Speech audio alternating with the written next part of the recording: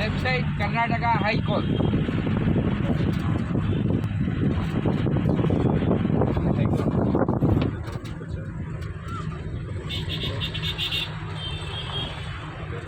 इस रोड पे बहुत से हिंदी फिल्मों की शूटिंग हुई है। एग्जाम्पल एक दो तीन पिक्चरों का बोलूँगा, देखिए। विजय पथ, अजय देवगन, तब्बू, रुक रुक रुक, अरे बाबा रुक, इसी रोड पे हुआ था।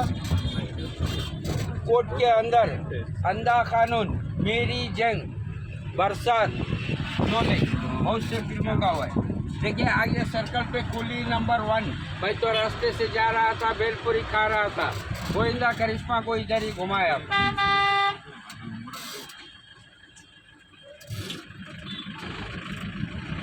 ये एमएलए, ये एमएलसी सेक्रेटरी, ये कर्नाटका हाई कोर्ट।